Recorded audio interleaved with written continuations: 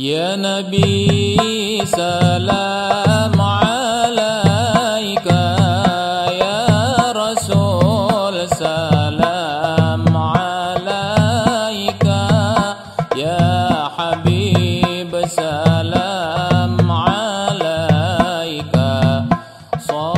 Bagaimana jika suami yang tak berniat memberikan tempat tinggal untuk istrinya karena ingin menabung untuk naik haji dan ingin tetap tinggal dengan orang tua? Ini anak-anak lajang, anak gadis kita ini dikursuskan sebelum menikah. Namanya kursus pernikahan. Kalau negara tidak membuat, maka masjid membuat. Kursus jenazah sudah. Ini kursus nikah. Dulu sudah dibuat Dr. Mustafa Umar di Masjid Al-Falah. Cuman yang banyak mendaftar yang udah nikah.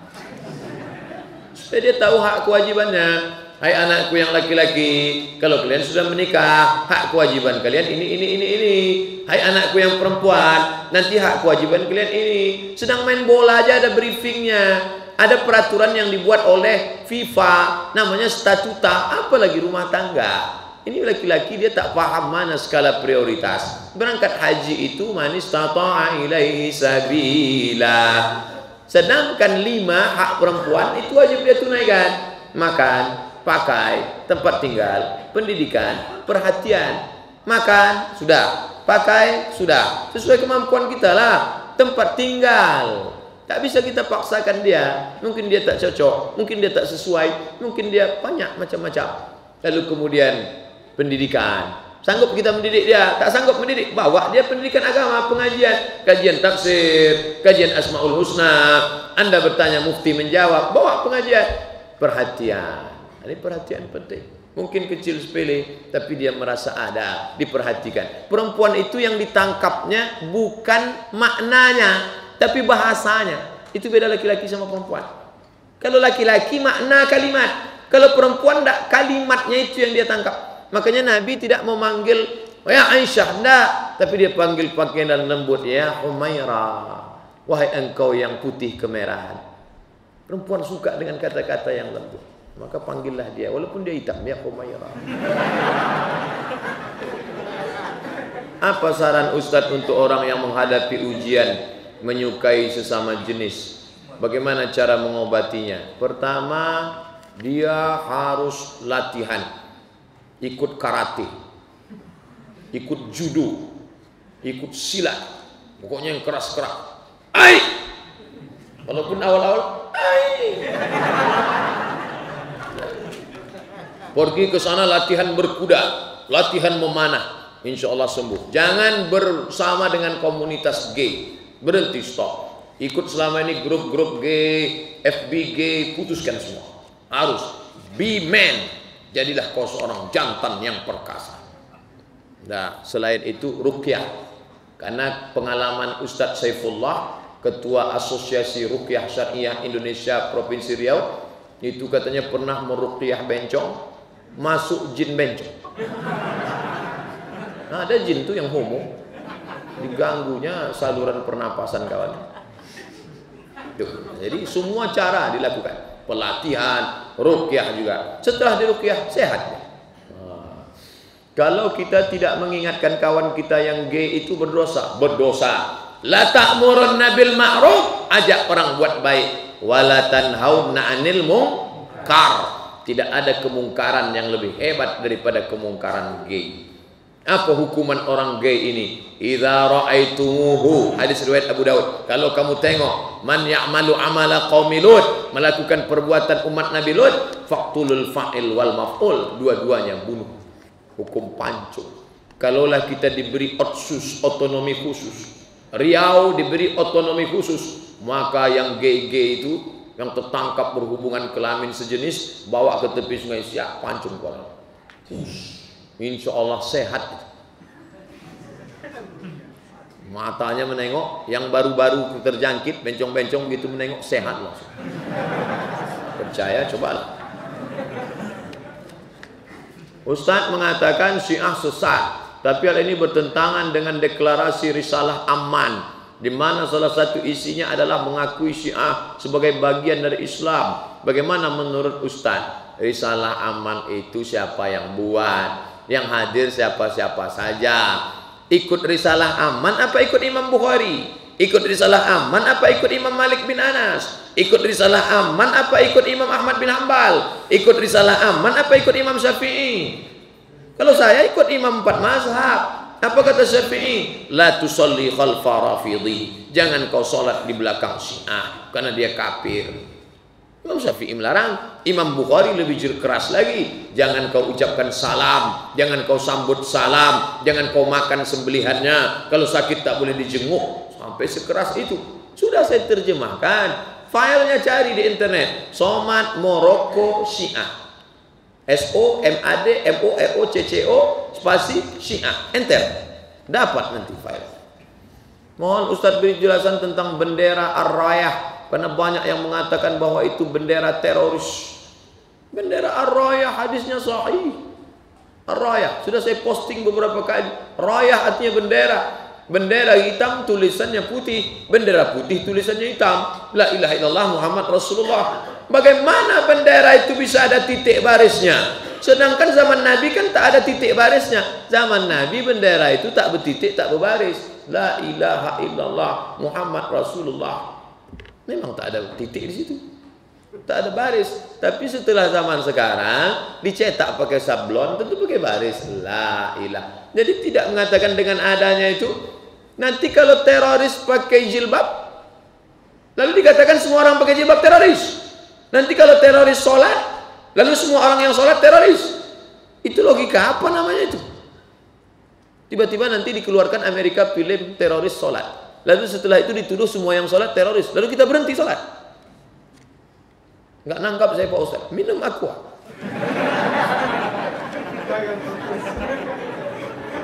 Pak Ustaz, bagaimana cara memberi pengertian kepada anak kita yang kritis?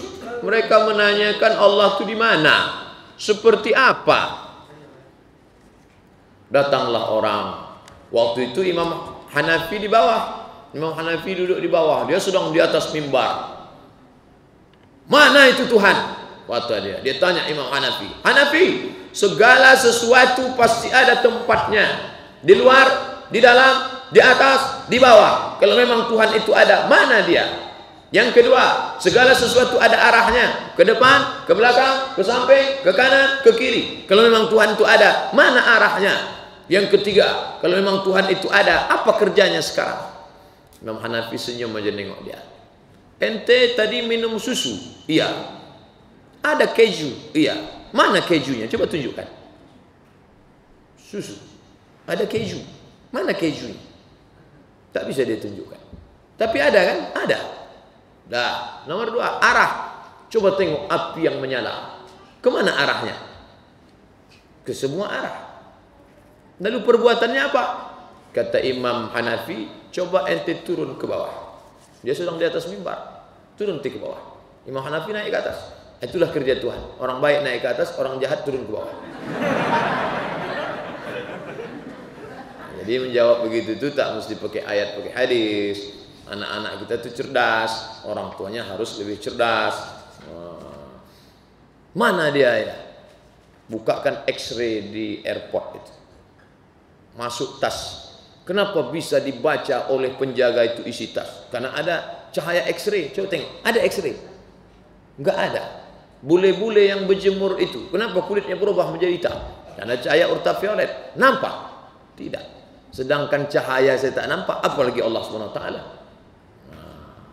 Jadi orang tua mesti lebih cerdas daripada anak-anaknya. Kalau tidak, habislah kita di akal-akalinya. Apa hukum membeli rumah dengan kredit melalui pihak bank? Tengok dulu. Kalau akadnya akad murabahah bank syariah, itu akadnya uang dengan barang. Ini rumah, ini bank, ini pembeli. Maka bank membeli rumah itu, dibelinya cash. Datang saya mengangsurnya ke bank. Itu akadnya uang dengan barang. Yang tak boleh itu saya pinjam uang, saya beli cash, maka saya bayar uang. Itu akadnya uang dengan uang. Uang dengan uang, riba. Uang dengan barang, tidak riba. Di mana kami bisa tengok tulisannya? Somat Moroko Kredit. SOMADMOROCCO spasi kredit, enter. Sudah 2. Somat Maroko kredit, Somat Maroko Syiah. Ada di situ tulisan. Belilah paket 2 giga. Bolehkah orang berutang naik haji atau umroh Pak Ustaz? Ditanya ke Imam Ibnu Taimiyah. Imam Ibnu Taimiyah, ya, aku mau akikah. Boleh tak kalau ngutang? Aku mau berkurban. Boleh tak kalau ngutang? Kata dia, kalau ada yang mau disiapkan untuk membayarnya boleh. Gandumku panen bulan Muharram. Aku mau berkurban bulan Zulhijjah. Pak Haji, pinjam duit Pak Haji 2 juta. Untuk apa? Saya mau berkurban. Kapan bayar? Nanti panen gandum bulan Muharram. Boleh. Yang tak boleh itu pinjam Pak Haji duit. Untuk apa? Saya mau berkurban. Bayarnya kuserahkan sama Allah SWT. Begitu juga dengan umroh. Nah, sekarang kan 15 tahun nih Pekanbaru. Store 2017, berangkat 2030 sekian. 32.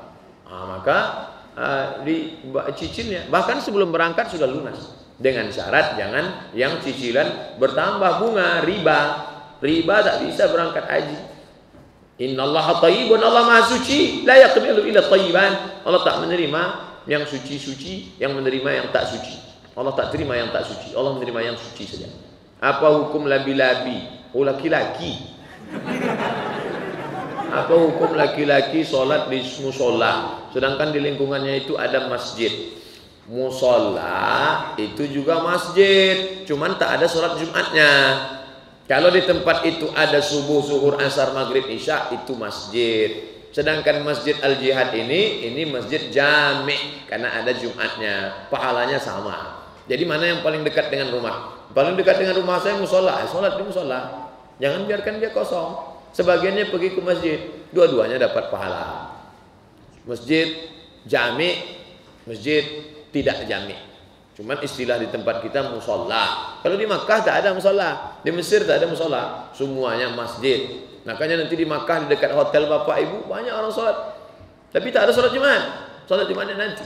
Nah, ini namanya masjid hanya untuk sholat 5 waktu saja. Gimana cerita detailnya sejarah perpustakaan ditenggelamkan? Kenapa orang kafir lebih unggul daripada kita, sedangkan ilmuwan lahir dari Islam? Dibangunlah perpustakaan besar di Baghdad, Irak.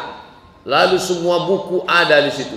Tiba-tiba datanglah Kubilai Khan, Hulagu Khan, Genghis Khan dari Mongol.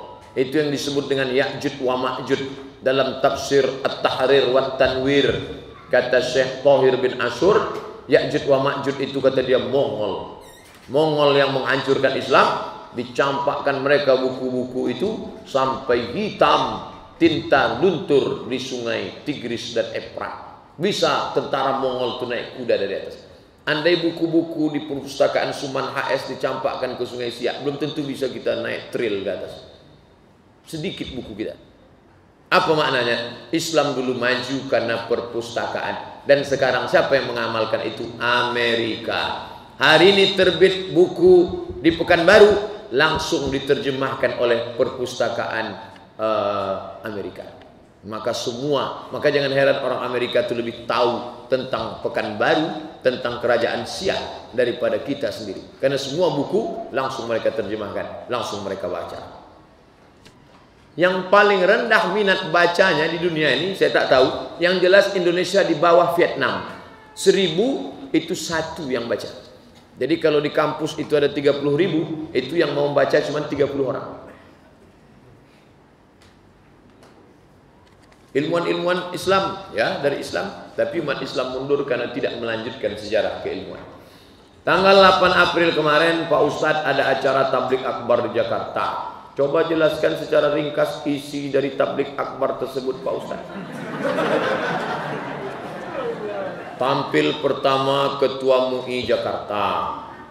Ketua MUI membacakan riwayat. Siapa yang buat dosa ketika tertawa, nanti masuk neraka dengan menangis. Itu disampaikan Ketua MUI. Siapa yang masuk buat dosa sambil ketawa, maka masuk neraka sambil menangis. Itulah yang dilakukan para pendukung Ahok yang ketawa sekarang. Mereka nanti masuk neraka menangis, kata Ketua MUI. Habis itu, setelah itu naik pula Ustadz Solmed. Naik, dia bantai juga, bob.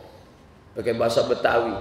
Lo jangan pada milih Ahok cuman dikasih sarung cap gajah bengkak lo Nah, selesai. Habis itu naik Profesor Doktor Saifuddin. Naik. Dia baru kena fitnah, katanya dia mendukung Ahok. Dia pun pakai kursi roda, sudah tua, tapi semangatnya luar biasa. Habis itu yang keempat barulah naik Ustadz Abdul Somad. 40 menit. Yang lain itu cuma 20 menit. Saya dikasih 40 karena jauh pesawatnya. Saya bantai lah. Habis turun. Dah.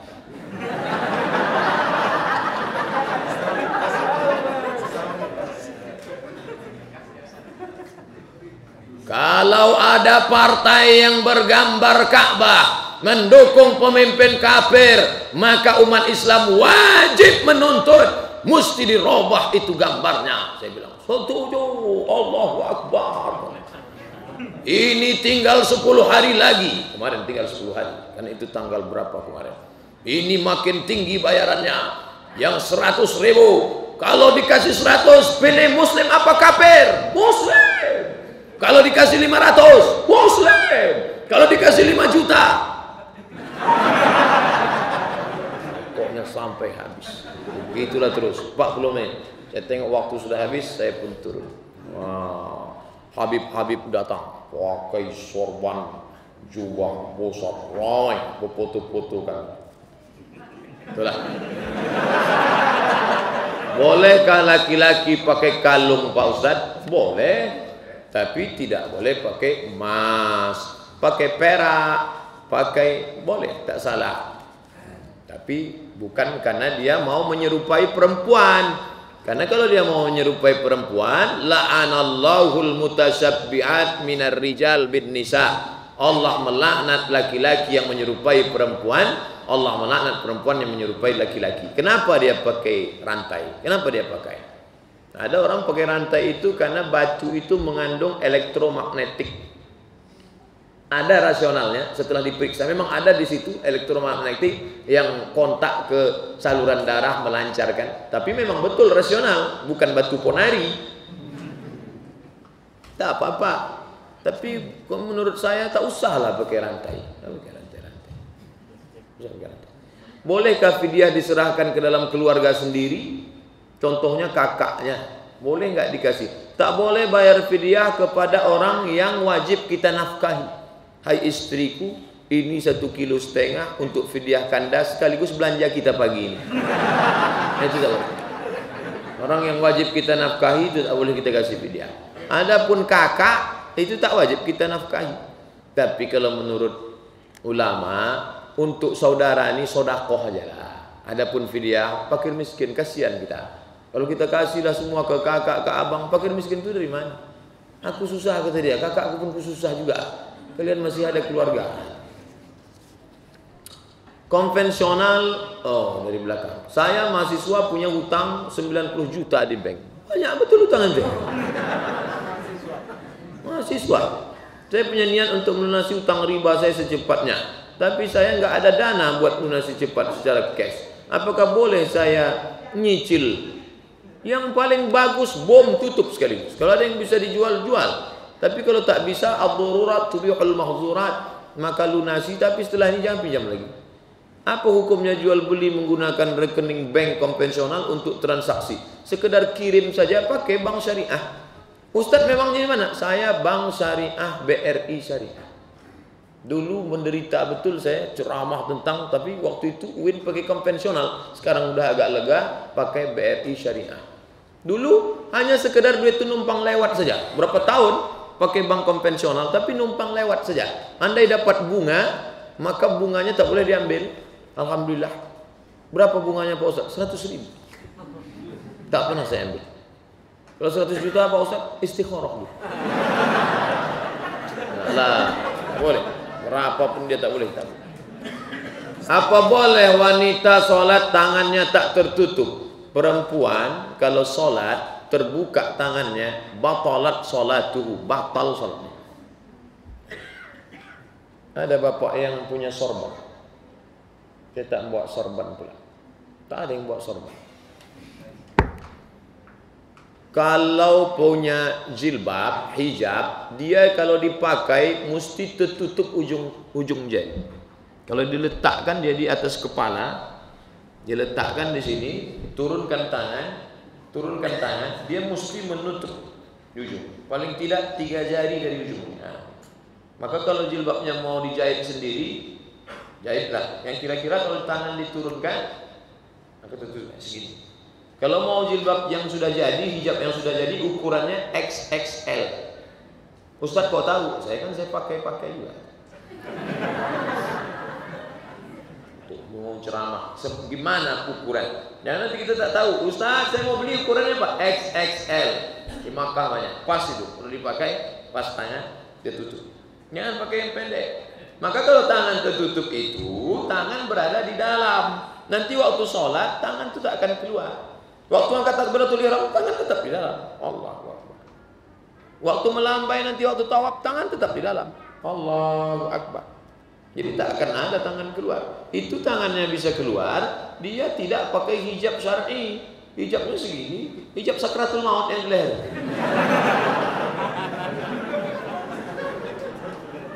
Habis itu sholat ke Allahu Akbar, batal sholatnya. Baca fatwa ulama, batalat sholatuhu, batal sholat. Bagaimana hukumnya menjual kotoran hewan? Misalnya untuk dijadikan pupuk.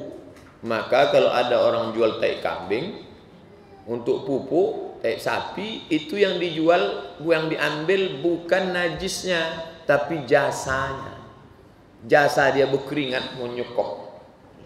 Tapi jangan kiaskan ini dengan jual babi. Nanti saya gini kan dikiaskannya ke babi. Nanti kok jual babi? Jasanya. Oh, tak bisa. Lain babi dengan tai kambing. Babi kan dimakan. Tai kambing, ada orang gulai tai kambing? Tidak. Nah, itu jadi jangan main kias-kias saja. Jadi bapak yang punya ternak kambing dijual, itu yang dijual bukan materinya, tapi jasanya. Berpeluh keringat dia, memasukkan ke dalam kantongnya. Nah, ini tentang. Begitu juga dengan air, api, rumput tak boleh dijual. Itu kan orang berkongsi. An-nasu syuraka'u fi salasatin. Manusia berkongsi dalam 3, air, api. Maka yang jual air itu haram lah. Jual air. Enggak, yang dijualnya itu jasanya. Jasa dia memindahkan air dari dalam tanah dimasuk, bukan airnya dia jual. Begitu juga orang jual gas. Jual gas berarti haram, jasanya. Memasukkan gas ke tabung itu kan pakai alat, bisa disedot. Bisa rupanya disedot itu gas dari tabung, kan tidak. Ya Muhaimin ya salam, salimna wal muslimin. Ya Muhaimin ya salam, salimna wal muslimin. Bin Nabi khairil anam wa bi ummil mu'minin. Bin Nabi khairil